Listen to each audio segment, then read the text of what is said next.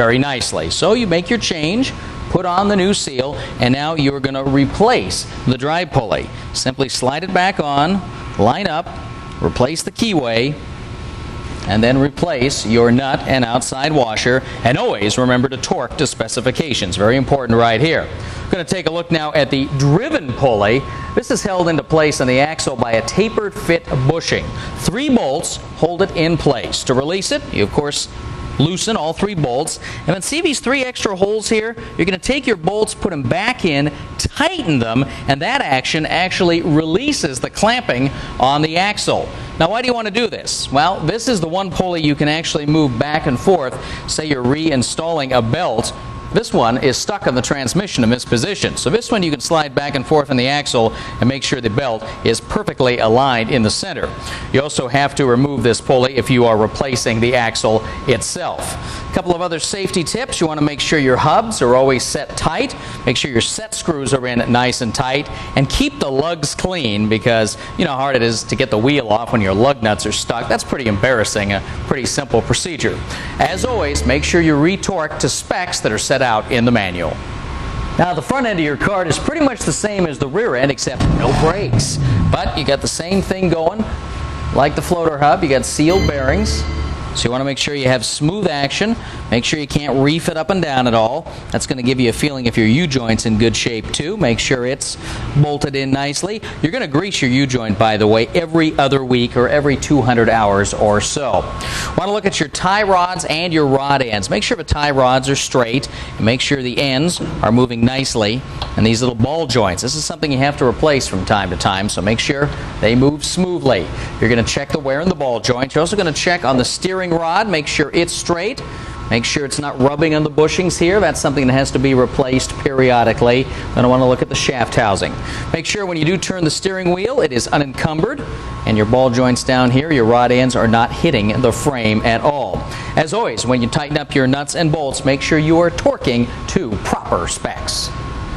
Well, setting the toe in is thankfully something you won't have to do too much, although if you used to work at America's Tire or Les Schwab, you know how to do this. It's part of alignment. With the carts, it usually comes up because some joker was playing Dale Earnhardt. He had a pretty good impact. He probably bent a rod, and you're either replacing the rod or just making sure that the alignment is right. Now, a toe-in is the difference between the center of the front of your tires and the center of the backside of the tires. And ideally, it's 1/8 of an inch closer together in the front than in the back. Now, here's how to make sure you're right.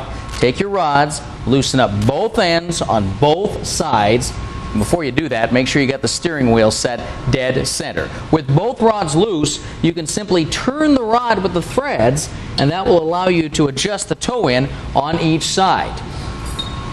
You want to make sure that your tire is set dead straight, and again, the way to do that is just measure the difference between the front of the tire and the frame and the rear of the tire and the frame. And what you're shooting for is that perfect 1/8 of an inch distance between the front and the back. All right, a minute or two now talking about fluids, engine fluids, that is. Your dipstick is here on the backside of the Honda engine, and it's kind of a misnomer because you don't really read the dipstick. You look and see if the engine oil is right up to the top of the threads there. That tells you you got plenty of oil in the engine. You're going to do a complete oil change every 100 hours or so, or about once a week. And there's instructions for oil changes in your service manual, so please refer to that. There's one other spot you have to check, and one other dipstick. That's on the top of the transmission.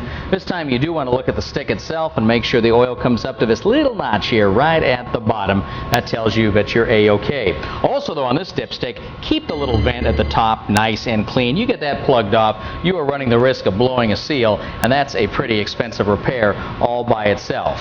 1030 oil is what you want to be using in these Honda engines, although there might be some different recommendations, so always check your manual to be absolutely sure. But 1030 is a pretty good weight. Now let's talk about fueling. Your gas caps here, you want to fill the gas tank within 1 inch of the top. Any more than that, you're going to get some spillage and you're going to have a serious fire danger. And the gas cap itself, make sure your gasket is in place and even. Make sure the cap threads nicely. Make sure the little vent is up and ventilating the gas tank. And of course, make sure your gas cap goes on nice and tight.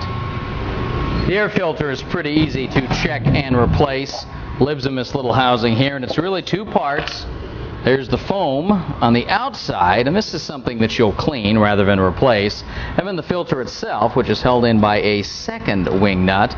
The filter you're going to have to inspect and put in a replacement at times. It's really easy. This is just like your car. You look inside. A little bit of gray is fine, but when you get a pretty consistent dark line in here, it is time to replace it with a whole new filter. Now when you put the filter back on, look at the O-ring here. Make sure it's nice and flat and flush before you drop the filter down on it. The actual foam portion of the filter is easy to clean. You're going to use a high flash point solvent. You're going to take a tablespoon of oil, wring it out nice, and then you're going to dry it with a cloth before you replace it around the filter itself. Now make sure you do it nicely and evenly. Don't leave any gaps. Remember, the filter works best when it's uniform in blocking out.